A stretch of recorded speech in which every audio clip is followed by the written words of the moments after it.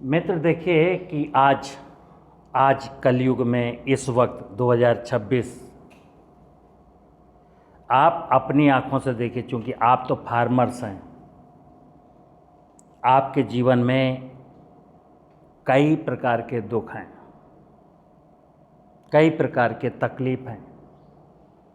एक तो फसल का उत्पादन कम होता है, तो फसल का उत्पादन बढ़ाने के लिए आप नाना प्रकार के यत्न करते हो। फसल का उत्पादन बढ़ जाता है तो मंडी में भाव गिर जाता है। उत्पादन कम हुआ तो भी प्रॉब्लम, उत्पादन अधिक हो गया तो भी प्रॉब्लम। फसल के ना बढ़ने की समस्या, फसल में कीड़ा लगने की समस्या, फसल में खरपतवार लगने की समस्या, फसल में बीमारी की समस्या, फसल के लिए सिंचाई का पानी ना मिलने की समस्या। यानी समस्याएं अनेक हैं, समस्याएं, और हर समस्या से आपको दो दो हाथ करने पड़ते हैं। अन्नदाता किसान के सामने समस्याएं अनेक हैं, और उन समस्याओं के समाधान के लिए आप कहाँ जाते हैं? बाजार। ध्यान रखना, आप इन समस्याओं के समाधान के लिए कहाँ जाते हैं? बाजार। और बाजार के पास किसी भी समस्या का समाधान नहीं है। अगर दो भाई लड़ गए तो लड़ाई की समस्या का समाधान कोर्ट के पास नहीं है। ध्यान रखना आप। अगर आप बीमार हो गए तो बीमारी की समस्या का समाधान डॉक्टर के पास नहीं है। अगर आपकी खेती में, फसल में उत्पादन कम हुआ तो उसका समाधान बाजार में नहीं है। अगर आपकी फसल में कोई बीमारी लग गई तो उसका समाधान बाजार में नहीं है। एग्जैक्टली बाजार तो बिजनेस करता है, बाजार को आपकी समस्या से कोई लेना देना नहीं। बाजार तो आपकी पीड़ा को देख करके, आपको भय दिखा करके आपकी जेब का पैसा छीनना चाहता है। चाहे डॉक्टर हो, चाहे एग्रीप्रेन्योर हो, चाहे वकील हो, चाहे कोई हो। तो फिर समस्या, अब जैसे मैं कहता हूँ, नेचुरल फार्मिंग में सिखाता हूँ कि समस्या आने ही ना दो, समस्या आने ही ना दो। और समस्या ना आए इसके लिए क्या? जैसे मैंने लिखा है, समस्याओं की जननी क्या है? अज्ञान। बस समझ लेना। दुनिया की, जैसे ईरान का अमेरिका का युद्ध चल रहा है, एक समस्या है, निर्दोष लोग मारे जा रहे हैं, जो लड़ रहे हैं वो सेफ हैं। ये जो लड़ाई हो रही है ये क्यों? अज्ञान। और अज्ञान का मतलब क्या है? अज्ञान की जननी क्या है? अज्ञान की जननी क्या है? अज्ञान सिर्फ इसलिए है क्योंकि अज्ञान वहीं रहता है जहां स्वार्थ, लालच, एक देश के नेता को लालच आ जाए कि हमें उस देश की इतनी जमीन को कब्जे में लेना है। विस्तारवाद की नीति क्या है? लालच। तो उस लालच में क्या हुआ? दो देशों की ठन गई, फिर युद्ध शुरू हो गया। तो जो युद्ध वाली समस्या है उसकी जननी क्या है? अज्ञान। अज्ञान कहाँ से पैदा होता है? लालच से। तो समस्या का समाधान क्या है? ज्ञान। समस्या का समाधान क्या है? जहां ज्ञान है, भगवान का वहां कोई समस्या नहीं। जिन लोगों के पास ज्ञान है उन लोगों के जीवन में कोई समस्या नहीं। तो आप चूंकि किसान हो तो खेती में अनेक समस्याएं हैं। जमीन के नीचे का पानी नीचे खिसक रहा है, जमीन वर्ष दर वर्ष बंजर होती जा रही है, ज़मीन के ऊपर की बायोडाइवर्सिटी ख़त्म हो जा रही है, लागत हर साल बढ़ती जा रही है, उत्पादन या तो गिर रहा है या तो स्थिर है, मंडी में उपज का भाव नहीं मिलता है, सब्जियां तोड़ता हूं, अगर आज नहीं बिकी तो कल को ख़राब हो जाती हैं, हम कर्ज में डूब चुके हैं, हमारे घर में लोग बीमार हो चुके हैं। कितने प्रकार की समस्याएं खेती में हैं। तो क्यों है? क्योंकि हम अज्ञान में खेती कर रहे हैं। और अज्ञानी किसने बनाया? मैंने बताया, लालच ने, स्वार्थ ने। लेकिन शुरू में आप लालची नहीं थे, प्रारंभ में आप लालची नहीं थे, आपको लालच में ढकेला गया। जिनको ज़्यादा लालच था उन्होंने आपको भी लालच दे, देखिए जिनको ज़्यादा लालच था उन्होंने आपको भी लालच में लिया। क्या उत्पादन बढ़ाना है क्या? आओ मेरे साथ, एक टेक्निक बताता हूँ।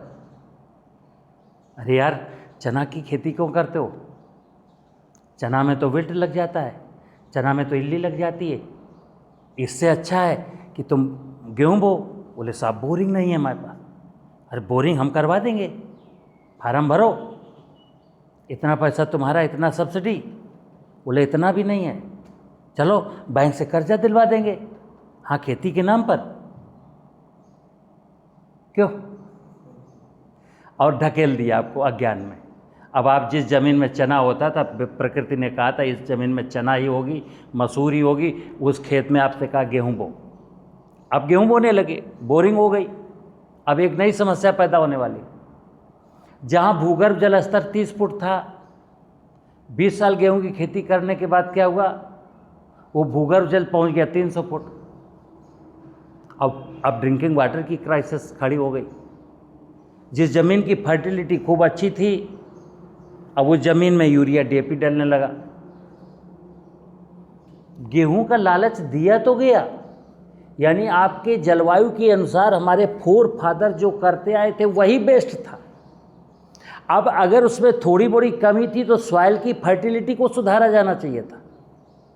जैसे अब आप गेहूं बो रहे हो, धान बो रहे हो, कोई फसल बो रहे हो, टमाटर बो रहे हो, तो उसमें क्या हो, 60 कुंटल वाली वैरायटी बो रहे हो, लेकिन निकल रहा 34 कुंटल, 30 कुंटल। तो किसी हाइब्रिड बो, हाइब्रिड का लालच दिया, 100 कुंटल पैदा होगा, तो उसमें महंगा बीज बेच लिया ना आपको। वो तो बीज बेच के भाई साहब 9 2 11 हो गया, अब तुम जानो, तुम्हारा काम जाना है। तो खेती में ये अज्ञान है कि जो बड़े स्वार्थी थे उन्होंने आपको लालच दिया और लालच में फंसा लिया। जैसे हम इतिहास पढ़ें, इतिहास में बहुत सारी कहानियाँ हमको पढ़ाई जाती हैं। एक कहानी का जिक्र मैं अक्सर करता हूँ। महाभारत में एक कौरव हैं, एक पांडव हैं। देखना, पहले तो दुर्योधन पांडवों को 1 इंच जमीन देने को तैयार नहीं था।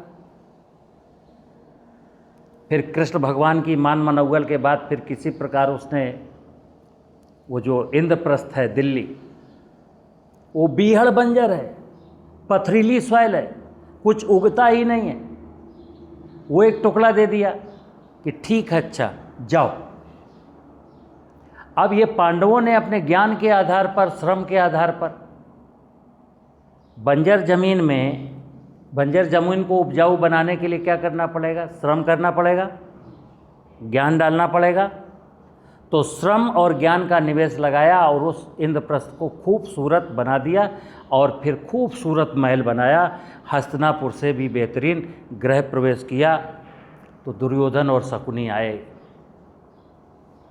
तो लालच आ गया उनको, क्या कि हस्तिनापुर से कहीं कई गुना ज़्यादा ये इंद्रप्रस्थ हो गया, लालच आया। तो फिर दोनों ने क्या किया? शकुनी ने कहा, भांजे इनको भी बुलवाओ, एक बार हस्तिनापुर बुलवाओ और फिर इनका सब जुआ खेलेंगे, सब लूट लेंगे। देखिए आप, हस्तिनापुर बुलाया गया, हस्तिनापुर में आए और जुआ शुरू हुआ और धृतराष्ट्र भी बैठे हैं और गुरु द्रोणाचार्य भी बैठे हैं, सब लोग बैठे हैं, पूरी महफिल सजी हुई, महफिल में जुआ हो रहा है। यहाँ 3-4 बातें मैं बता रहा हूँ गुरु कैसा है। एक गुरु थे भगवान राम के, विश्वामित्र, जिनके सौतेली माता ने कहा नहीं राम वनवास जाएंगे, चला गया। क्योंकि विश्वामित्र गुरु हैं, विश्वामित्र ने यही संस्कार दिए। फिर भरत आता है ननिहाल से। भरत को जब पूरा वाकया पता चलता है तो चूंकि वो भी विश्वामित्र के शिष्य हैं तो उन्होंने भी राजगद्दी स्वीकार नहीं की। ऐसे गुरु। और द्वापर में कैसे गुरु हैं कि गुरु के सामने उनके दोनों शिष्य कौरव पांडव जुआ खेल रहे हैं। एक तो गुरु की उपस्थिति में जुआ हो रहा था, तो गुरु शिष्य की प्रणाली को आप देख सकते हैं कितनी गंदी है। अगला, जुआ खेलते खेलते लास्ट में धर्मराज युधिष्ठिर ने द्रौपदी भी दांव पर लगा दी, लेकिन गुरु बैठा है, द्रौपदी हार गए। फिर जिसने द्रौपदी को जीत लिया वो उसी महफिल में कह रहा है दुशासन से कि जाइए द्रौपदी को घसीट के लाइए, मेरी जंघा पर बिठाइए। गुरु देख रहा है। यहाँ पर 2-3 शिक्षा लेनी। एक तो हमें कलयुग है, कलयुग में कोई गुरु नहीं बनाना, पक्का बोल रहा हूँ। यहाँ कलयुग में गुरु की परंपरा त्रेता में थी, द्वापर में गुरु मैंने बता दिया, और कलयुग का तो गुरु भाई साहब भगवान ही मालिक है, आप समझ सकते हो। इसलिए गुरु तो बनाना नहीं, सबसे बड़ा गुरु आपके अंदर है, परमात्मा का एक अंश जो आत्मा के रूप में विराजमान है, उसी को गुरु मानना। अगला जो मैं आपको बोल रहा था कि वो जो इतिहास है धर्मराज युधिष्ठिर के साथ, धर्मराज युधिष्ठिर जो शकुनी के साथ जुआ खेले, मैं अब किसान से कहता हूँ इतिहास पढ़िए। ये जो लालची लोग हैं, ये जो दुर्योधन है, ये जो शकुनी है, ये आपको कह रहा है कि आओ मेरे साथ जुआ खेलो, आप राजा बन जाएंगे, आप लखपति बन जाएंगे, आप करोड़। बिल्कुल झूठ। वो आपका वैभव छीन लेना चाहते हैं और छीन ही लिया। किसने? पेस्टिसाइड वालों ने, बोरिंग वालों ने, कृषि यंत्र वालों ने, फर्टिलाइजर वालों ने, जितना भी ये सब बेचा जा रहा बाजार में, और आप दांव पर दांव लगाते जा रहे हो। सबसे पहले क्या हारे थे दुर्योधन, वो धर्मराज युधिष्ठिर, अपना मुकुट। तो उत्तम खेती, उत्तम बान, निश्चित चाकरी, भीख निदान, किसान का जो माथा था ऊंचा था, उत्तम खेती, सबसे उत्तम व्यवसाय का दर्जा प्राप्त था, वो आप हार गए। फिर उन्होंने हाथी घोड़े हारे, आप बैल हार गए, ढोर डंगर हार गए। फिर उन्होंने अपना राजपाट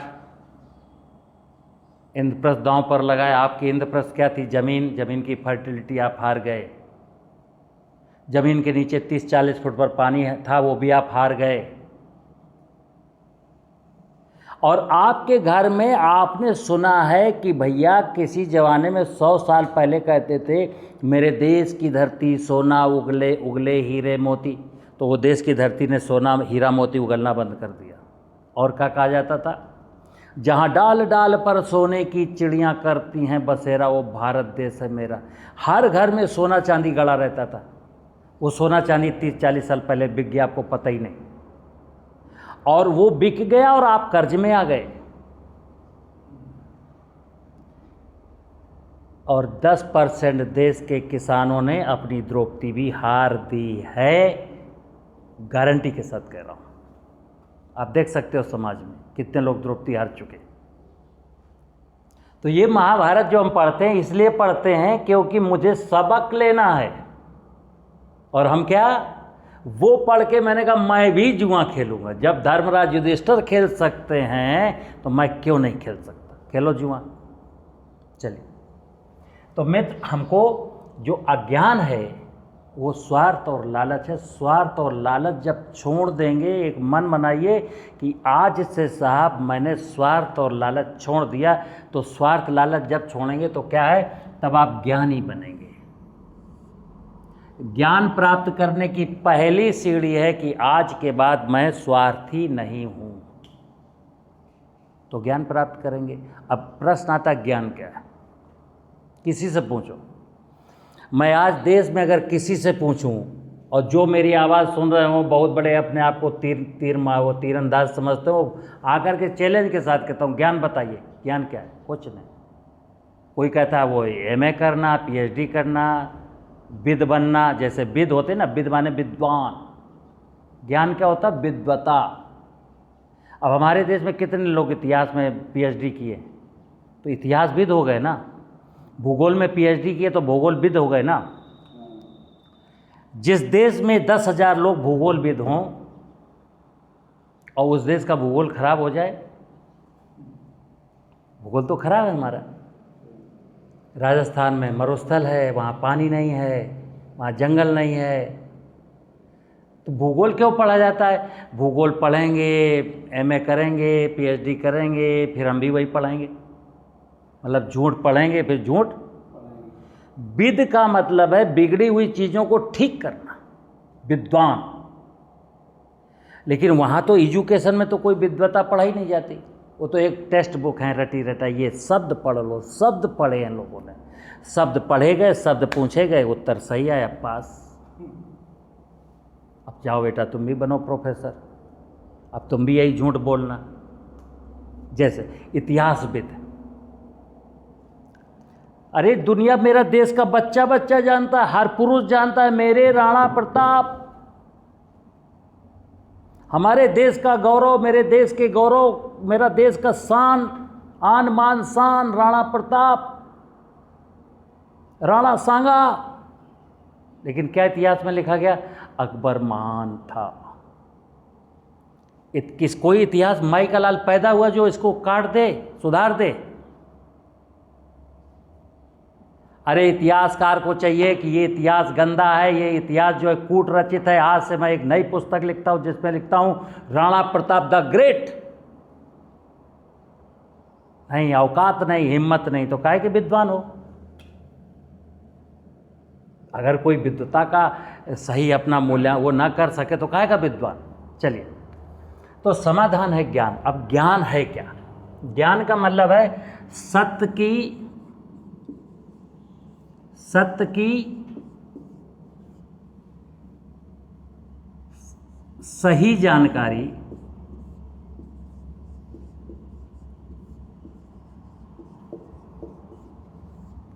सत्य की सही जानकारी होना ही ज्ञान है। ठीक है ना? अब एक फिर शब्द आया कि साहब ये सत्य क्या है? ये सत्य क्या है? तो सत्य है जो सदा से है। सत्य क्या है? सनातन। सनातन ही सत्य है।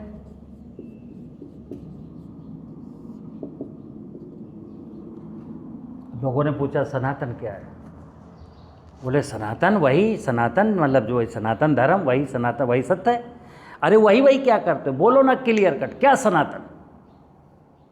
अरे वो जो लोग बताते हैं ना वही, हाँ सनातन धर्म वही सत्य है। वही क्या कर रहा है? सनातन बोलना, क्या सनातन, क्या सनातन? अरे तुम बहुत बोलते हो यार। अरे वही जो अपने धर्म गुरु बताते हैं वही सत्य है। हमने कहा कोई धर्म गुरु नहीं बताता सनातन, धर्म गुरु तो नौटंकी बताते हैं, सनातन कौन बताता? तो सनातन का मतलब जो सदा से था सदा रहेगा। सनातन का मतलब जो सदा से था सदा रहेगा, वही सत्य है। जो सदा से है सदा रहेगा वही सत्य है, उसी का नाम सनातन है और उसी का नाम पंचमहाभूत है।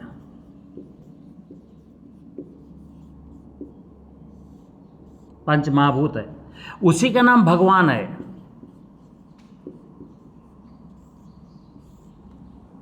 तो सुन लेना, सनातन और सनातन की व्यवस्था, चूँकि भगवान किस निमित्त के लिए है, भगवान ने क्या किया इस धरती पर बताइए जरा। भूमि, गगन, वायु, अग्नि, नीर ने मिलकर क्या बनाया यहाँ पर? जीव जगत की रचना की, वनस्पति जगत की रचना की, हमारी भी रचना की एक क्रम से। पहले काई जमी, फिर माइक्रोब्स आए, फिर दूब घास आई, फिर चींटी चींटा आए, फिर झाड़ियाँ आईं, फिर हिरन और बकरियाँ आईं, फिर पीपल बरगद के पेड़ आए, फिर हाथी आया। जब पूरी माया सज गई धरती पर तो फिर कौन आया? फिर ज्ञानावतार। जब इस धरती पर पूरे जीव जंतु, पूरी धरती सज गई तो फिर ज्ञानावतार।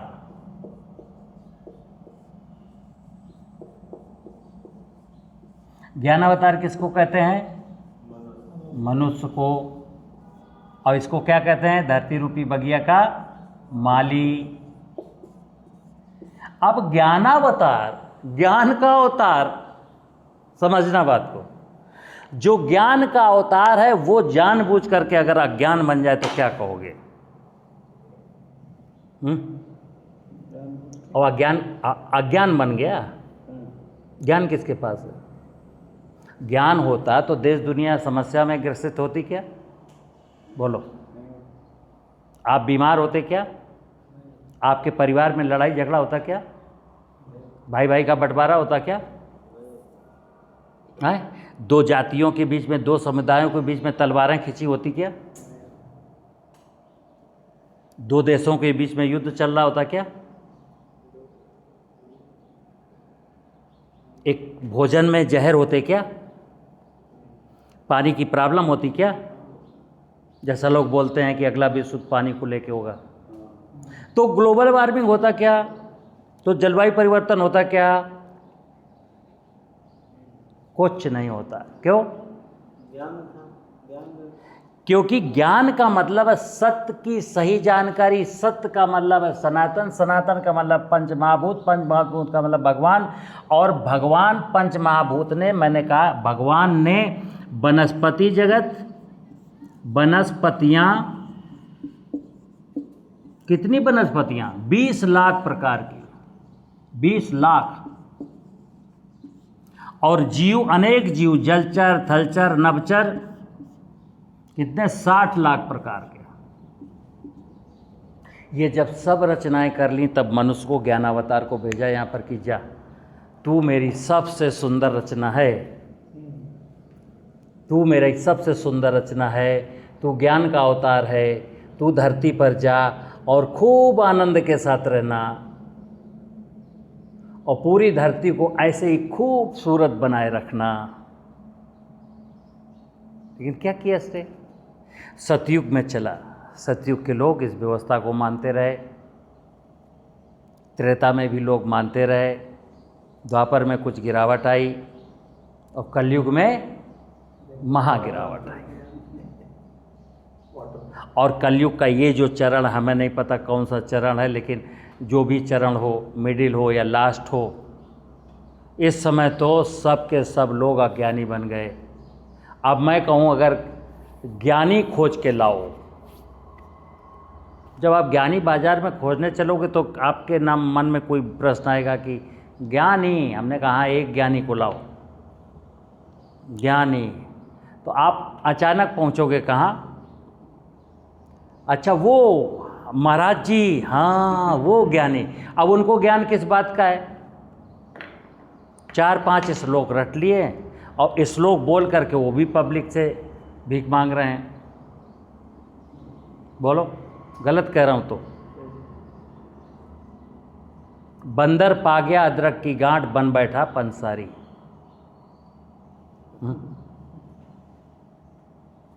मित्र सुन लेना, है क्या? मैं जिस सत्य की बात कर रहा हूं, सत्य को जानिए। इस सत्य को, मैंने कहा ज्ञान क्या है? सत्य की सही जानकारी ही ज्ञान है। लेकिन पेशेवर लोगों ने, सुन लेना, पेशेवर लोगों ने जो सत्य नाम की वस्तु है, सत्य, इस पर एक आवरण ढक दिया, सत्य पर पर्दा डाल दिया और उस पर लिख दिया यही असली सत्य है। तो अब एक आवरण को देख करके मैं कहता हूँ यही सत्य है, यही सत्य है, यही सत्य है। और चूँकि बहुत सालों से यही दिखाया गया, यही समझाया गया, यही पढ़ाया गया, तो मैंने असत्य को सत्य मान लिया। सबके साथ यही हुआ। जैसे हेल्थ के केस में देखोगे तो बोले ये स्वास्थ्य का ये सत्य है। क्या सत्य है? बोले ये डाइट लीजिए, इतना कार्बोहाइड्रेट, इतना मिनरल्स, इतना विटामिन, इतना प्रोटीन, और इसके लिए इतना अंडा, इतना दूध, इतना ग्रीन वेजिटेबल। ऐसा ये बिल्कुल झूठ है, क्योंकि प्रूफ के साथ कहता हूँ, जिसने चिकित्सा की ये डाइट फॉलो की ना, जिस व्यक्ति ने चिकित्सा की ये डाइट फॉलो की ना, वो 500 मीटर नहीं दौड़ सकता। और जिसने डाइट फॉलो नहीं की, रोटी और नमक के साथ खा लेता है, नमक रोटी खा लेता है, वो 8 घंटे फावड़ा चलाता है। अब आपको सत्य खोजना है, सत्य क्या है? तो सत्य पर पर्दा डाल दिया गया। अब मैं क्या कहता हूँ, सत्य की वास्तविकता को समझना है तो हिम्मत जुटाओ और सत्य पर पड़े हुए पर्दे को हटाओ और सत्य को खुद की आंखों से देखो। खुद की आंखों से देखेंगे साहब, हम दूसरों की आंखों से नहीं देखेंगे। भगवान ने हमको भी आंख दिया है। तुम जो मुझको दिखा रहे हो मैं नहीं देखूंगा, तुम जो मुझको सुना रहे हो मैं नहीं सुनूंगा, मैं खुद के कानों से सुनूंगा। तुम जो मुझको समझा रहे हो मैं नहीं समझूंगा, मैं खुद के दिमाग से समझूंगा, क्योंकि सारी की सारे मनुष्य एक ही परमात्मा की संतान है और सबको बराबर बराबर पावर उसने दिया है। तो जब हमको जो पावर है वही तुमको पावर है। तो हु आर यू, तुम होते कौन? आप मुझसे भी कह सकते हो कि तुम होते कौन। आप खुद देखिए ना, मैं वही साइंस पढ़ा रहा हूँ, आप खुद देखिए। तो विषय खेती का है। क्या? कि आप खेती में अनेक समस्याएं हैं, समस्याओं की जननी केवल अज्ञान है, अज्ञान का कारण केवल लालच है। तो मैंने कहा कि अगर आपको ज्ञान चाहिए तो क्या करना है? पहली शर्त क्या है? अपने दिमाग में जो स्वार्थ और लालच है ना, उसको डिलीट कर दीजिए। हमने कहा आज से हमारे अंदर कोई स्वार्थ नहीं, कोई लालच नहीं। मनुष्य काहे के लिए आया धरती पर? एक सत्य और बता दूं, यहां पर प्रत्येक इकाई, आपने ये शास्त्रों में पढ़ा है, सुना है कि इस धरती पर कोई भी इकाई, चाहे जड़ जगत की हो या चेतन जगत की हो, अकारण नहीं है। यहां पर ईश्वर के द्वारा, भगवान के द्वारा, प्रकृति के द्वारा बनाई गई प्रत्येक इकाई के यहां पर होने का कोई ना कोई कारण है। राइट? तो आपको इतना समझना है कि तो फिर हमारा भी यहां पर होने का कोई ना कोई कारण, क्योंकि आप तो ज्ञान बता रहे हो, आप तो सबसे सुंदर रचना हो, तो हमारा तो विशेष कारण है। एक चींटी के होने का कोई कारण होगा, तितली के होने का कोई कारण होगा, केंचुआ के होने का कोई कारण होगा, गाय का कोई कारण होगा, लेकिन मैं तो चूंकि परमात्मा की सबसे सुंदर रचना हूं, इसलिए मेरा तो विशेष कारण है। और विशेष कारण क्या है? परमार्थ के कारणे साधुन धरो शरीर। मनुष्य का जो जन्म है 84 लाख योनियों की परिक्रमा के बाद मिलता है, और कहते हैं मनुष्य योनि में जन्म लेने के लिए देवी देवता भी तरसते हैं। देवी देवताओं से भी मेरी पदवी बड़ी है।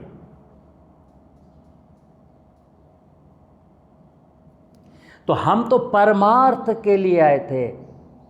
तो सुनना, ये जो स्वार्थ था, जब मैंने स्वार्थ छोड़ दिया, तो स्वार्थ छोड़ेंगे तो क्या होगा? स्वार्थ का उल्टा परमार्थ। तो देखना, अभी मैं अज्ञान था क्योंकि स्वार्थी था, और स्वार्थ मैंने छोड़ दिया तो क्या हो गया?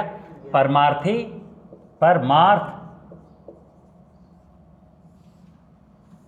अब आपको ज्ञान समझ में आएगा। अब आप सत्य की ओर 2 कदम बढ़ा चुके हैं। आप लालच नहीं है, अब मैं न्याय के नज़रिए से आगे बढ़ रहा हूँ कि सत्य क्या है, सत्य क्या है। तो मैंने पाया और सुना है मैंने, ये शरीर किसने बनाया हमारा? धरती पानी हवा आकाश अग्नि से बना है। मेरे शरीर में 5 इंद्रियां, देखिए 5 जो एलिमेंट है ना, यहाँ 5 महाभूत, अगर सूरज निकलना बंद कर दे तो आपकी आंख सही होने के बावजूद भी आप दुनिया को नहीं देख सकते। तो आंख का संबंध किससे है? सूरज से। तो सूरज को नमस्कार करिए ना। अगर ये आकाश ना हो तो हमारी आवाज आप तक पहुंच नहीं सकती। आकाश को नमस्कार करिए, प्रणाम करिए, शुक्रिया अदा करिए, आकाश देवता। अगर पानी ना हो, आपकी जीभ सूख जाए और मैं सूखी हुई जीभ में एक मिश्री का दाना रखूं और पूछूं ये कड़वा है कि खट्टा है कि मीठा, तो आप उसका टेस्ट नहीं बता सकते। तो पानी का शुक्रिया अदा करिए कि टेस्ट आपको फीलिंग करा रहा है स्वाद की। क्यों? और वायु ना हो, वायु ना हो तो स्पर्श, कहते ना एक हवा का झोंका आया, लगा किसी ने हमको टच किया। वायु ना होती तो स्पर्श ना होता, और धरती ना होती तो नाक से कुछ भी फीलिंग्स नहीं आ सकती थी। इसलिए नाक का संबंध धरती से है, इस त्वचा का संबंध वायु से है, आवाज का संबंध, कान का संबंध आकाश से है। तो पंच महाभूत ने शरीर बनाया, 5 इंद्रियां समझा, 5 इंद्रियां दिया। क्यों दिया? क्योंकि समझिए, हमारे साथ रहिए, हमको मिल करके रहिए। अब जैसे आपने सुना होगा नेचुरोपैथी, अब किसी को बहुत बड़ी बीमारी हो जाए, लाखों करोड़ों रुपए फूंक दे, जब बीमारी नहीं ठीक होती तो लास्ट पे आदमी क्या कहता है, चलो यार जरा नेचुरोपैथी, प्राकृतिक चिकित्सा की ओर, तो पहले ही चला जाता। फाइनल वही है, किसी को किसी भी प्रकार की बीमारी हो, और फिर सुनना, फिर यहाँ धंधा है। जिसने नेचुरोपैथी केंद्र खोला, काय के लिए खोला है? धंधे के लिए। तो यहाँ कौन जाता है? अज्ञानी पुरुष। ये अज्ञानी जाएगा नेचुरोपैथी, और जिसको ज्ञान प्राप्त हो जाएगा वो क्या करेगा? हम तो नेचर के साथ हैं, आज से नेचर के साथ ही रहेंगे। नेचर की व्यवस्था के अनुसार मैं अपना बिहेव करूंगा, नेचर की व्यवस्था के अनुसार पानी पीऊंगा, नेचर की व्यवस्था के अनुसार जीवन जीऊंगा। क्या हमारे शरीर में जब भी कोई बीमारी आएगी तो या तो धरती तत्व की कमी से आएगी, या अग्नि तत्व की कमी से आएगी, या आकाश तत्व की कमी से आएगी। ये 5 महाभूत की किसी डिफिशियंसी होगी तभी हमारे शरीर में बीमारी आएगी। कसम भगवान की, जो प्रकृति के साथ रहता है, यानी भगवान के साथ रहता है, उसको कोई बीमारी आनी ही नहीं, क्योंकि भगवान तेरा रखवाला है। तो बात खेती की थी, तो खेती में क्या करना है? सत्य को जानना। क्या खेती का सत्य क्या हुआ? खेती का सत्य देखिए आप, हमने कहा प्रकृति की सत्य की सही जानकारी। सत्य का मतलब है 5 महाभूत कहिए, सनातन कहिए, भगवान कहिए, और क्या है? इस भगवान की व्यवस्था में जो आप खेती करते हैं वही खेती कहलाएगी। क्या? जैसे पशुपालन, बकरी पालन, मुर्गी पालन, मछली पालन, फसलों को उगाना, वृक्षों को लगाना, कुछ भी करें, फल करें, सब्जी करें, अनाज करें, पशु पालें, बकरी पालें, घोड़ा पालें, गाय पालें, भैंसी पालें, कुछ भी करें, तो कहाँ करेंगे? कहाँ करेंगे? इसी व्यवस्था में, जमीन में, जल में, सूरज की अनुपस्थिति, सूरज की उपस्थिति में, आकाश की उपस्थिति में। तो हमें करना क्या है? अलग अलग इलाके में, राजस्थान में, हरियाणा में, अफ्रीका में, जापान में, ब्रिटेन में, कहीं भी आप जिस जमीन में रहते हो, जिस क्षेत्र में रहते हो, वहाँ की स्पेसिफिक ज़मीन है। कहीं ब्लैक, कहीं रेड, कहीं बलुई, कहीं दोमट, कहीं सैलो, कहीं डीप, मतलब कहीं उतली, कहीं गहरी, कहीं गर्म, कहीं ठंडी, कहीं बारिश ज़्यादा, कहीं बारिश कम। तो आप जिस जलवायु में रहते हो उसका अध्ययन। अब यहाँ मैंने कहा सनातन की सही जानकारी। अब रहने वाले तो आप बिहार के हो, तो बिहार की ज़मीन, बिहार की जलवायु, वहाँ की फसलें, इसकी जानकारी। अभी क्या हो रहा है, बिहार के लोगों से कहा था सेव लगाओ, कश्मीर में, हिमाचल प्रदेश में होने वाला सेव, कहते हैं सेव यहाँ भी हो सकता है, सेव लगाओ, हो जाएगा साहब। अरे पक्का हो जाएगा, लगाओ तो तुम। साहब सेव का पौधा कहाँ मिलेगा? सेव का पौधा मैं दे दूंगा। कितने का मिलेगा? महंगा है, 500 रुपये का एक किसान ने लालच में आकर हम भी सेव के बागवां कहलाएंगे, और उसने 500 पेड़ लगा दिए साहब, 50,000 के खरीद के। बेचने वाला 9 2 11, आपको 50,000 का टोपी पहनाया और 9 2 11। ये अज्ञानता है। आप कल्पना करिए कि आपके अगर वहाँ सेव हो सकता तो सेव के पेड़ पहले से वहाँ होते। क्योंकि सेव का पेड़ वहाँ नहीं है इसलिए वहाँ नहीं हो सकता, इसलिए वहाँ का मत लगाइए। अब कश्मीर वालों से कह दो कि ये लगाओ, कौन सा? नारियल होगा। नारियल तो समुद्र के किनारे होगा। उत्तर प्रदेश में कह दो चंदन लगाओ, चंदन अब लगा रहे हैं लोग। चंदन तो मलियागिर में होगा। तो क्या लालच, एक लालची व्यक्ति ने आपको लालच दिया, चंदन लगाएगा तो एक पेड़ 22 साल के बाद 3 करोड़ का बिकेगा। अब 3 करोड़ का लालच आया तो लगा लिया। और मैं कह रहा हूँ 10 रुपया किलो भी लकड़ी नहीं बिकेगी, लगा के देख लेना। क्योंकि चंदन कब कौन खरीदेगा, क्यों खरीदेगा? चंदन को पत्थर में घिसेंगे तो घिस जाए, हा चंदन की खुशबू आए। लेकिन यहाँ जो चंदन होगा ना वो घिसेगा साला, ना उसमें खुशबू आएगी। तो क्या हम बमूल की लकड़ियाँ नहीं घिस लेंगे? जब बेवकूफ़ है बनना है हमको तो हम 22,000 किलो की लकड़ी क्यों लेंगे? क्यों? तो सत्य की सही जानकारी होना, खेती में सत्य की सही जानकारी होगी तो खेती में, जो मैंने कहा, जो अनेक समस्याएं हैं वो सभी समस्याएं जड़ से खत्म। जैसे ज्ञान हुआ, किसका ज्ञान? हमें समस्याएं खत्म करनी है, और समस्याएं इसलिए हैं क्योंकि मेरे पास अज्ञान है। अब मैं अज्ञान से बाहर निकला और ज्ञानी बन गया। तो ज्ञानी बनने में क्या करना है? देखिए आप, 2 चीज़ें हैं मित्र, केवल 2 चीज़ें हैं दुनिया में, या धरती में, या हिंदुओं की जो संस्कृति है या सनातन की जो संस्कृति, आप समझ लेना। यहाँ पर 2 चीज़ें बहुत प्रमुख हैं। एक है धरती,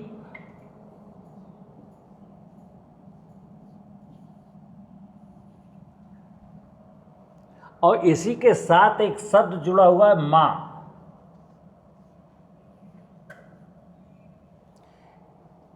ये संपूर्ण ज्ञान है, इसमें संपूर्ण दुनिया समाहित है। बस यही खेती है। हमको और तीसरा कोई शब्द चाहिए ही नहीं। केवल 2 शब्द ज्ञान के क्षेत्र में, केवल 2 शब्दों को ज़्यादा जोर देना है। 2 शब्दों पर। क्या? धरती और माँ।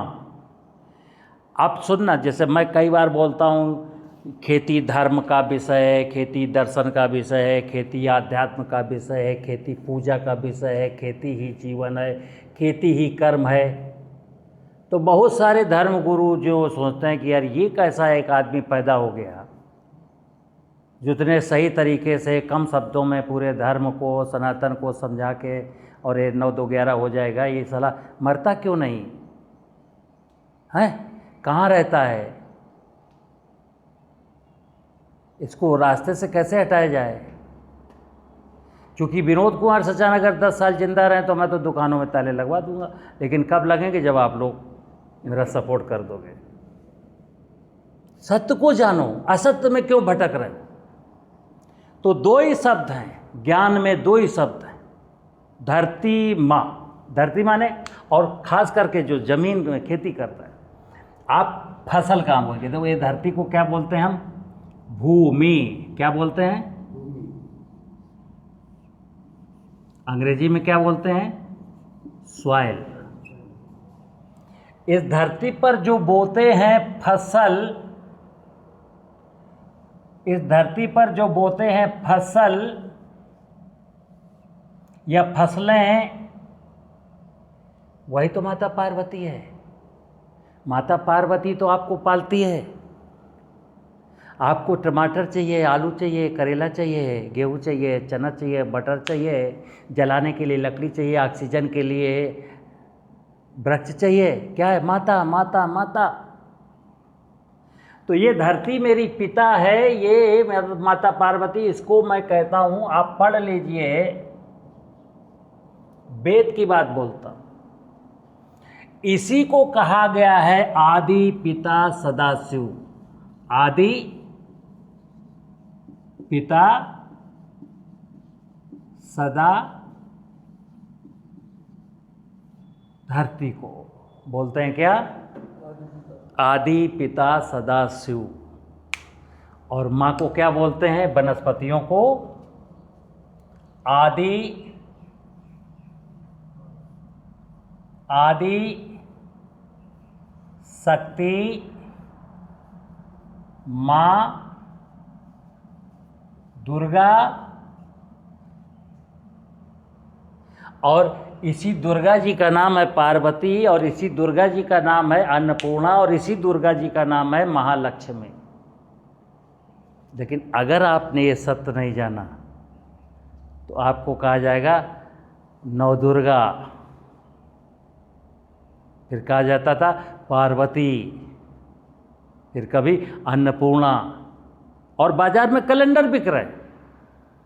आप बाजार में जाके पूछ लीजिए कि भाई साहब अन्नपूर्णा का चित्र है क्या? बोले हाँ है। अलग है। बोले दुर्गा जी का? तो दुर्गा जी का अलग है। माता पार्वती का? माता पार्वती का अलग है। महालक्ष्मी का? महालक्ष्मी का अलग है। जबकि एक ही विषय है, एक ही विषय है। जैसे धर्म, कर्म, पूजा, तीन विषय की एक का विषय है। धर्म जो आपके कर्तव्य, मैंने बोला कोई भी इकाई यहाँ कारण नहीं है। आपको समझ में आता है कि मेरा ये कारण है, होने का ये कारण है, ये कर्तव्य है। तो जो आपका कर्तव्य वही आपका धर्म है, जो कर्तव्य वही आपका कर्म है, जो कर्म है वही आपकी पूजा है। लेकिन पूजा माने? पूजा माने अगरबत्ती, सिंदूर, फूल, जल, धतूरा। क्या नौटंकी है? मतलब भगवान में, जैसे आप सुनना, ये मैं कह रहा हूँ फूल, धरती के ऊपर फूल खिले हुए हैं, ढेर सारे लोग, ये जो दूसरों के किचन गार्डन में जो दूसरों ने फूल लगाए हैं, सुबह सुबह आते हैं, नहा धो करके पिक करते हैं। अगर वो मालिक देख ले, फूलों वाला कहता है अरे भाई साहब क्या कर रहे हो? अरे भाई साहब शिव जी को चढ़ाने। तेरा कौन सा नया शिव है भाई? शिव जी में ही तो चढ़े हैं ये। बोलिए, विचित्र काम है। अगर जमीन में फूल के पौधे खिले हैं तो शिव जी में ही तो खिले हैं, और ये बहुत दिन तक जिंदा रहेंगे। लेकिन नहीं साहब, तोड़ लिया और शिव जी में चढ़ा के आ गया। ये वाली पूजा, धरती में फूल लगाना सही शिव की पूजा है, या कहीं फूल उग गया उसको तोड़ करके शिवलिंग में जाके चढ़ाना वो पूजा है? बोलिए आप, बोलो। इस बारिश के सीजन में ब्रह्मा जी के कमंडल से पूरी धरती का शिव का जलाभिषेक हो रहा है। देखिए आप, ये धरती शिव है, इसका जलाभिषेक क्यों कर रहे हैं? ब्रह्मा जी के कमंडलों से पानी गिर रहा है। शिव का जलाभिषेक कौन कर रहे हैं? ब्रह्मा जी। और शिव के चरण कौन धुलता है? विष्णु भगवान। कोस्टल एरिया में समुद्र की लहरें, और ये भी लिखा है, पौराणिक कथाओं में लिखा है कि विष्णु भगवान शिव के निरंतर चरण पखारते हैं। और फिर आगे लिखा है शिव जी के चरणों का पखारा गया पानी ब्रह्मा जी अपने कमंडल में भर लेते हैं। तो बादल जो समुद्र के ऊपर हैं वो ब्रह्मा जी का कमंडल है। अब वो बादलों में जो कमंडल ब्रह्मा जी के हैं उनको झांसी तक कौन ले जाएगा? आपके मिर्ज़ापुर तक कौन ले जाएगा? वायु देवता। तो ये सनातन इतना आसान है क्या? देखिए पूरी चैन है, पूरा एक सिस्टम के साथ कर रहा है। तो ये जो भूमि है सनातन का एक हिस्सा है ना। सनातन में 5 हिस्से हैं, 5 देवता, पंच महाभूत का भूमि,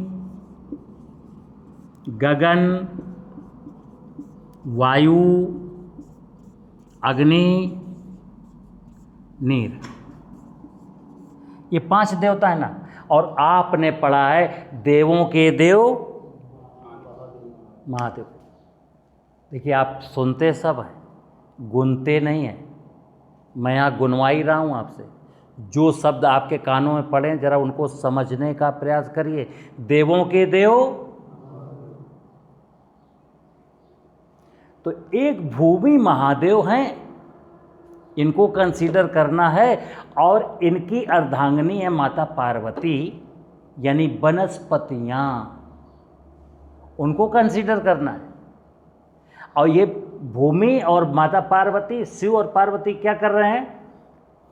पूरे धरती पर जितने भी जीव हैं उनके सब के लालन पालन की जिम्मेदारी परमात्मा ने भगवान भोलेनाथ को और माता पार्वती को दी है।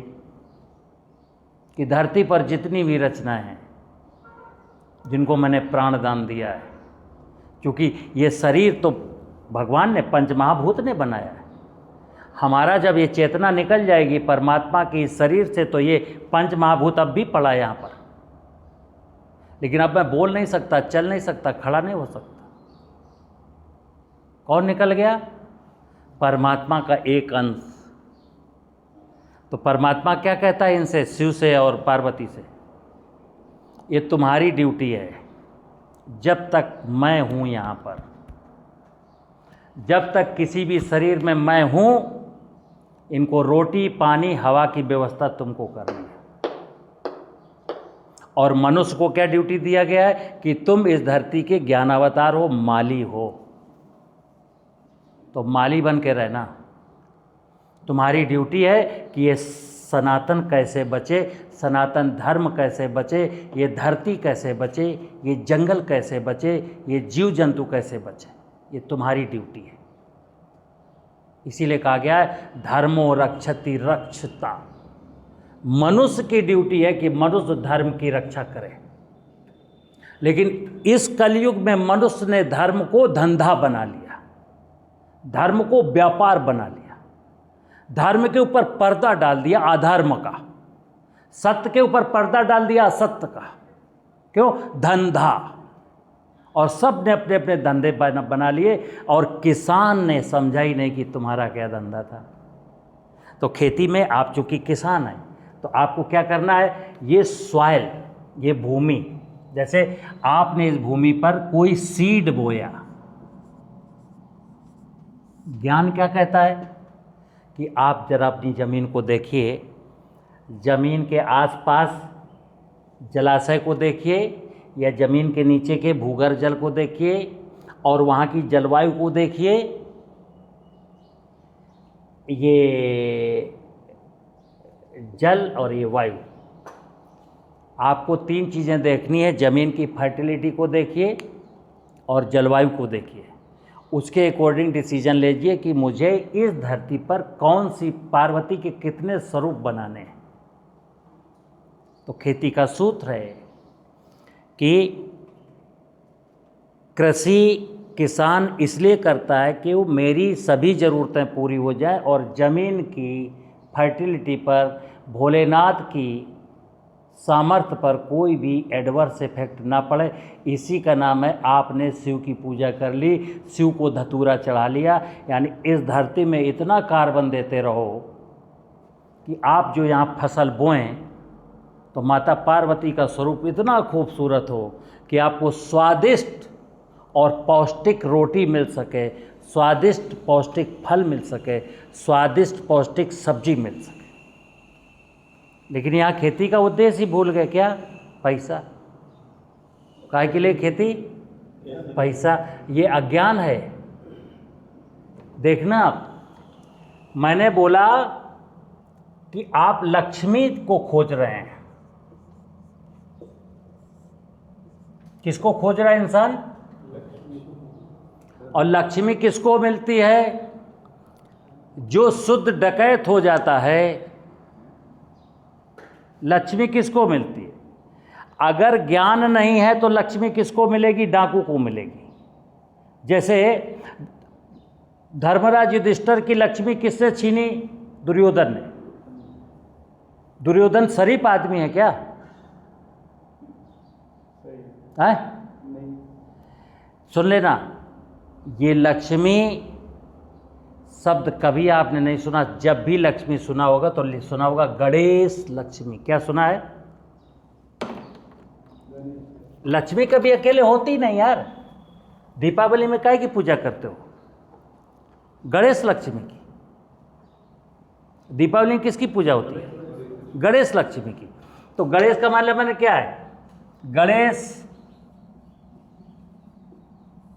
गणेश का मतलब क्या है? ज्ञान। जहां ज्ञान होगा वहां लक्ष्मी होंगी, 100% होंगी, कोई रोके ही नहीं सकता। और लक्ष्मी का स्वरूप क्या है? लक्ष्मी का स्वरूप सिर्फ पैसा नहीं है। पढ़ लीजिए आप। लक्ष्मी का मतलब है, लक्ष्मी को कहा गया है सुख, शांति और वैभव की देवी।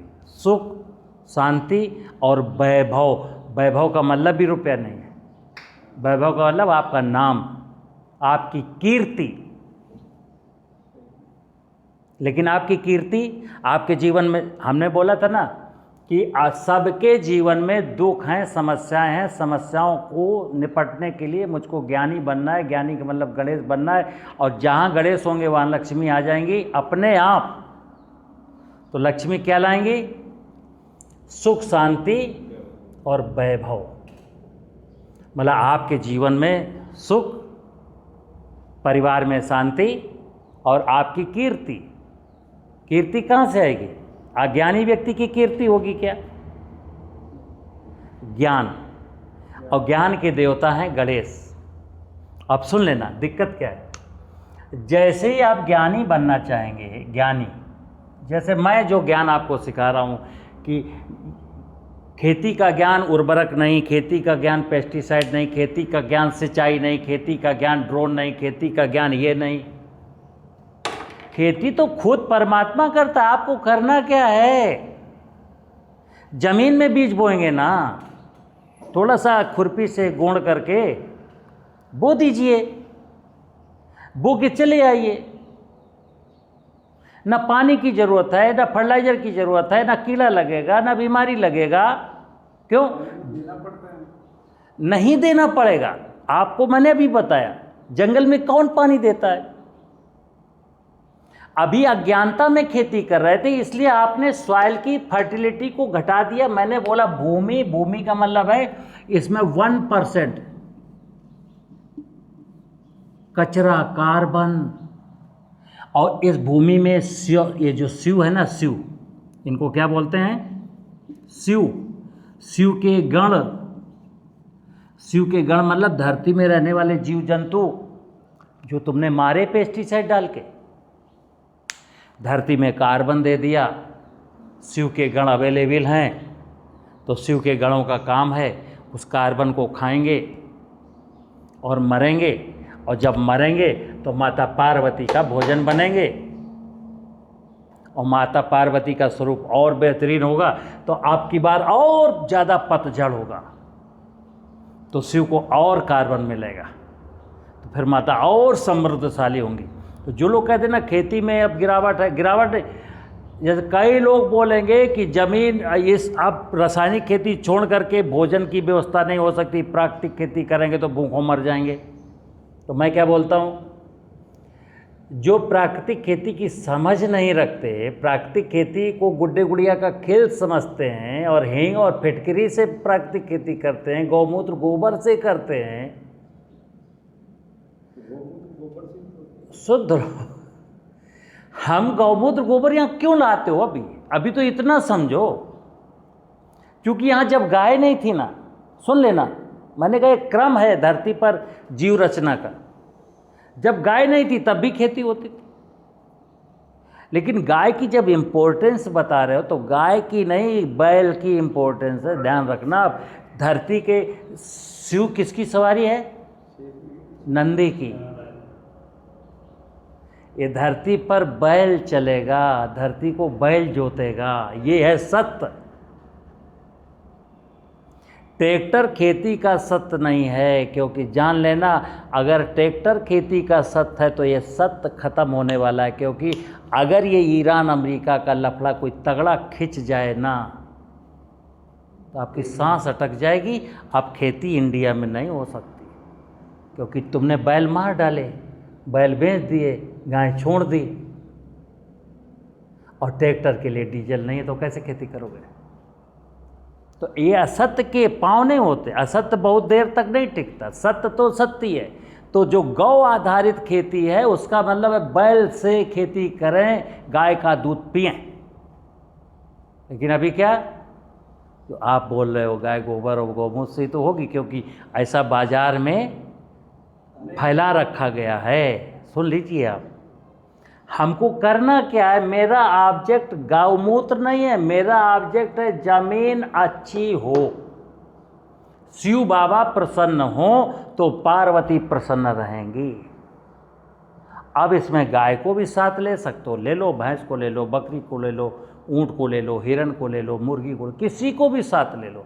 और मैं ये कहता हूँ कि जो 84 लाख योनियाँ हैं, इसमें सबसे स्पेशल क्या इंसान ही है। बकाया सबके पास सत है, तुम्हारे पास सत के साथ चित्त भी है, और परमात्मा सतचित आनंद का स्वामी है। हमसे भैंस एक कदम पीछे है, उसके पास सत है, चित्त नहीं है, तो वो जल्दी से जल्दी मनुष्य योनि में आना चाहती, ताकि हमको भी चित्त मिल जाए। और मनुष्य की क्या ड्यूटी है कि तुझे सत भी प्राप्त हो गया, चित्त भी प्राप्त हो गया, जल्दी से जल्दी कुछ ऐसा कर तू आनंद प्राप्त की ओर चल, तुझे आनंद की प्राप्ति हो जाए। आनंद की प्राप्ति कैसे होगी? जब तक आप सच्चिदानंद महाराज की पूरी माया नहीं जानेंगे। सतचित आनंद का स्वामी सच्चिदानंद माने भगवान, माने प्रकृति, माने परमात्मा। अभी तो हम लोग ऊपर ऊपर ही तैर रहे हैं, ऊपर ऊपर ही तैर रहे ना। जैसे कैसे? अब हमारी इस बात का वो लोग विरोध करेंगे। मैं आपको एग्जाम्पल बता दूं, आपको जब यज्ञ कराना होता है तो घी कहाँ से लाते हैं? कितने रुपए किलो मिलता है? अगर पंडित जी कहते हैं तुम्हारे यहाँ यज्ञ होता है, तुमने कहा पंडित जी मेरे यहाँ यज्ञ करा दो, तो तुम 1200 रुपये किलो का घी खाते हो। यज्ञ का घी 250 रुपये के किलो बाजार में मारा घूम रहा है, और तुम वही लाते हो। और जब मैंने पूछ लिया कि भाई साहब ये नकली घी कहाँ ले जा, अरे भगवान को ही तो चढ़ाना है। मेरा भगवान चूतिया है, उल्लू है। और सुन लेना, आपको नारियल के लड्डू बनवाने हैं तो बाजार से नारियल ऐसे से, क्यों सेठ साहब अच्छा निकलेगा, सड़ा निकलेगा तो फेंक जाऊंगा, 50 रुपए का है। और जब देवी के दरबार में जाते हो तो 20 रुपए का नारियल बिक रहा है। आपका दिमाग खराब हो गया क्या यार? क्या ये धर्म के नाम पर आडंबर कर रहे हो? भगवान को चूतिया समझते हो, देवी को मूर्ख समझते हो, भगवान को 250 रुपये वाला किलो का घी चढ़ाते हो, देवी को सड़ा हुआ नारियल चढ़ाते हो, और पूजा में सारी सामग्रियाँ आप नकली लाते हैं। वो बनिया बोलता है पूजा वाली सुपारी, पूजा वाला नारियल, पूजा वाला रोली, पूजा वाला चंदन, पूजा वाला घी। व्हाट इज पूजा वाला? यानी कि सब सड़ा गला गंदा उल्टा सीधा जो पुकरा वो भगवान को चढ़ा दो। और सारी दुनिया का यही हाल है। उसके बाद मैं इसीलिए कहता हूँ ना, और चले चलिए मंदिरों में। अभी पकड़ा गया था ना वहाँ वो लड्डू में चर्बी, लड्डू में चर्बी, बालाजी में। अब मैं चैलेंज के साथ कहता हूँ, देश में जहाँ भी लड्डू बनता है सब चर्बी का बनता है, आपके घर में भी चर्बी का बनता है। कारण देश में सारा बिकने वाला घी चर्बी से ही बनता है। क्यों बालाजी को बदनाम करते हो? जहाँ भी लड्डू बनता है, क्योंकि किसी किसान से लिया जाता है 1200 रुपये किलो घी, बोलो, जब थोक में लड्डू बनेगा तो वहाँ भी टेंडर करना पड़ेगा आपको। सिस्टम है सरकारी, है कि बालाजी महाराज के दरबार में प्रतिदिन 100 कुंटल बनने वाले लड्डू के लिए प्रतिदिन 20 कुंटल घी की ज़रूरत है, और ओपन निविदाएं से डालने लोग, तो कोई डाल रहा 400 से, कोई डाल रहा है 410। अब एक चीज़ बताइए यार, कि 410 480 में आपको घी दे देगा कोई, तो ऐसा टेंडर क्यों? वहाँ पर, यहाँ पर मंदिर के साथ टेंडर कौन सा होना चाहिए कि बालाजी दरबार में लड्डू बनने हैं, जो ओरिजिनल नेचुरल नंबर 1 का घी सप्लाई करता हो एट एनी कास्ट, वो खुल्लम खुल्ला है मेरे पास, उसकी टेस्ट की जाएगी, रेट वो जो तुम मांगो, क्योंकि मैटर भगवान का है, मैटर भगवान के प्रसाद का है। लेकिन नहीं, ये हमारा सिस्टम अलाउ ही नहीं करता। अगर कोई महाराज पंडित जी या जो सप्लायर है वो 1200 रुपये किलो का घी खरीद के लड्डू बनाएगा तो अभी उसकी चार्जशीट हो जाएगी, हैं? क्यों? क्योंकि तुमने टेंडर नहीं किए। अरे टेंडर करो यार, भगवान से क्या लेना देना यार, नियम प्रक्रिया का फॉलो करो। तो सुनना, तो आपने इस फसल में, ज़मीन में फसलें बोनी हैं। अभी दिक्कत क्या है, अज्ञान क्या है, हम फसलें नहीं, मैं फसल बोता हूँ, सबसे बड़ा अज्ञान। क्योंकि दुर्गा के 9 रूप हैं, ध्यान रखना, मैंने कहा ये फसलें क्या है, माता पार्वती, दुर्गा, और 9 रूप हैं। दुर्गा में पढ़ लेना, 9 रूप की जड़ी बूटियाँ हैं 9।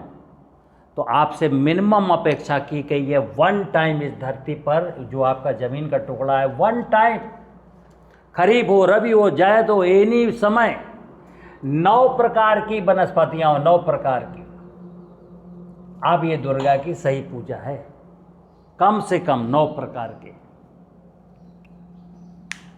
चना भी है, मटर भी है, मसूर भी है, जौ भी है, गेहूं भी है, आम के पेड़ भी हैं, नींबू के पेड़ भी हैं। अब आप नव दुर्गा के सच्चे, दुर्गा माता के सच्चे पुजारी हो गए। और मोनोकल्चर, केवल गन्ना है, अज्ञान, केवल आलू है, अज्ञान।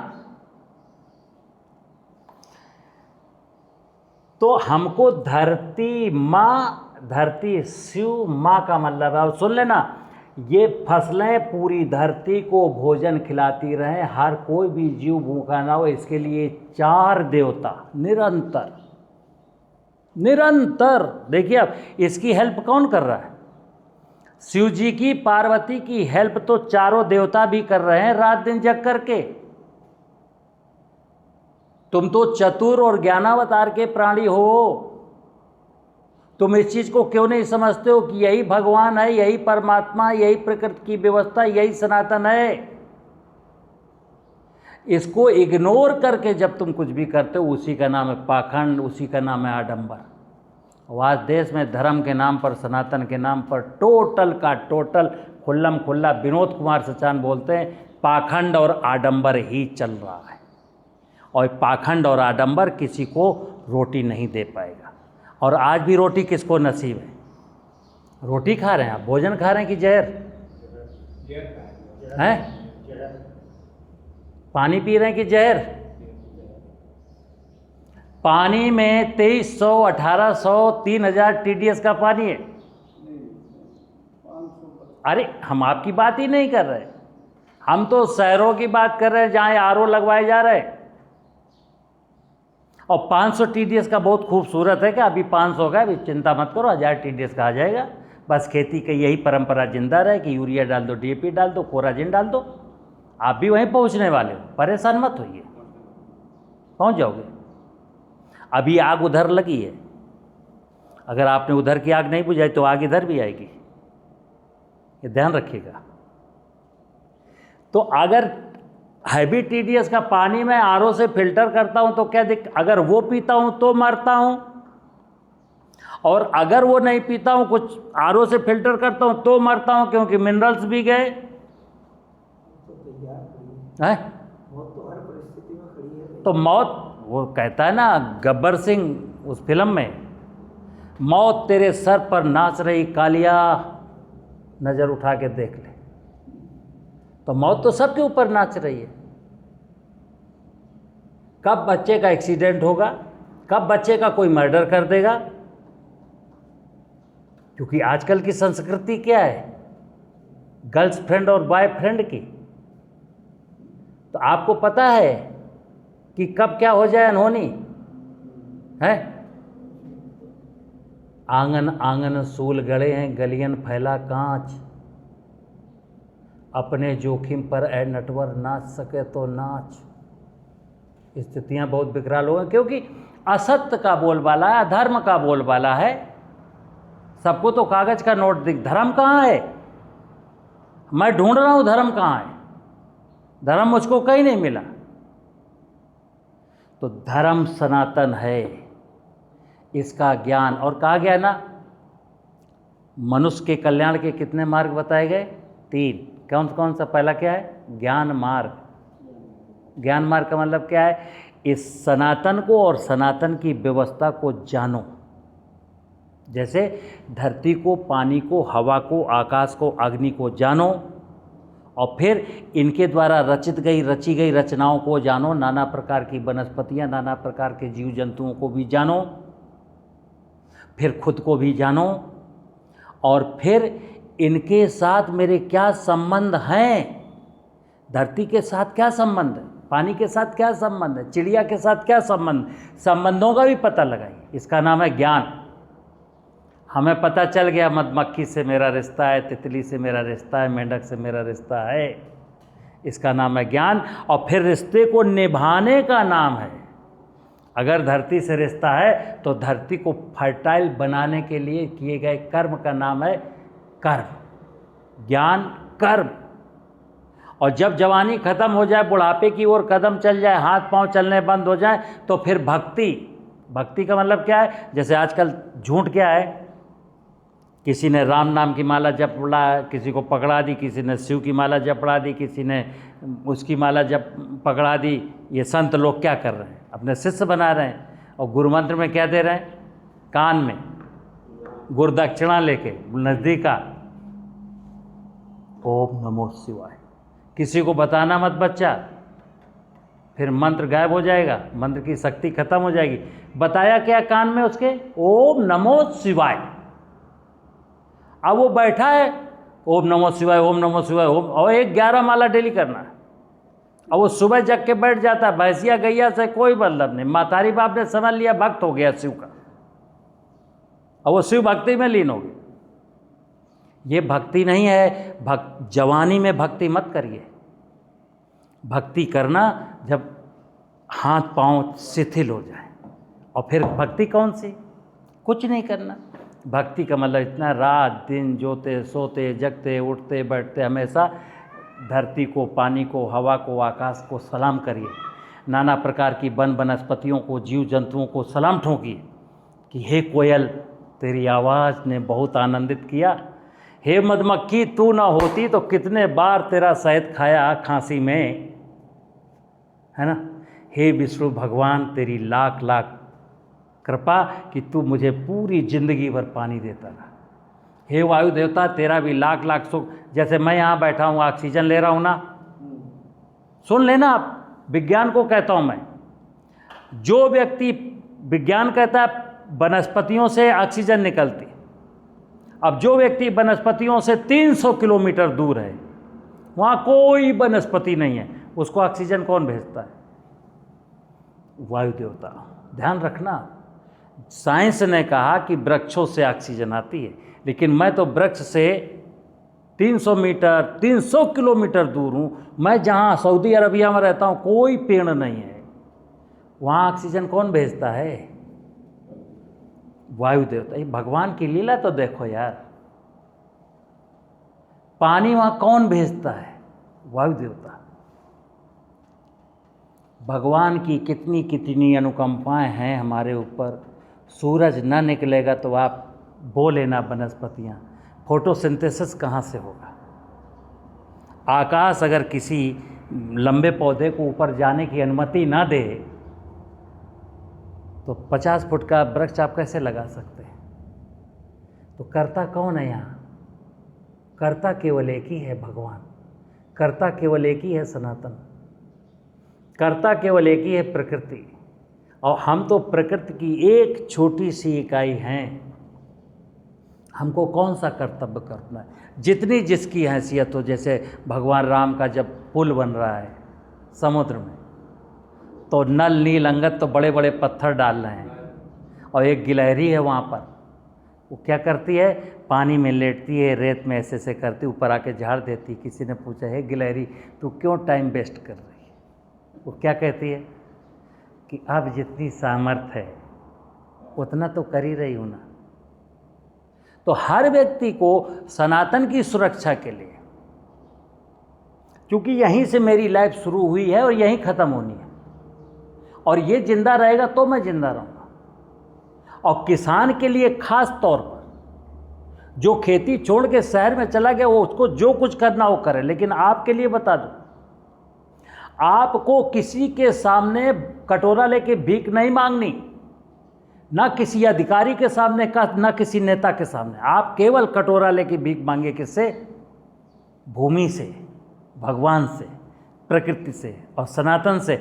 और सनातन क्या कहता है, भगवान क्या कहता है? पुत्र, ये हाथ तुझे मैंने कर्म करने के लिए दिया, ये दिमाग मैंने तुझे ज्ञान अर्जित करने के लिए दिया। इस दिमाग से ज्ञान अर्जित कर, मुझे जान, और इन हाथों से मेरा वो काम कर जिसके लिए तुझे मनुष्य रूप में धरती पर भेजा है। इसके बाद तुझे मेरे सामने हाथ जोड़ने की ज़रूरत नहीं है और मेरे सामने भीख मांगने की ज़रूरत नहीं है। मैं वो शक्ति हूँ, मैं अपने बच्चों की एक एक ख्वाहिश को, मुझे पता है तुझे क्या चाहिए, वक्त आने पर देता रहूँगा। तुझे कभी मांगने की ज़रूरत ही नहीं पड़ेगी। बस तुझसे एक ही निवेदन है कि तू मुझे जान ले, तू मुझे मान ले, और मैंने जो कहा है वो मेरा काम कर दे और आनंद के साथ रहो। नमस्कार।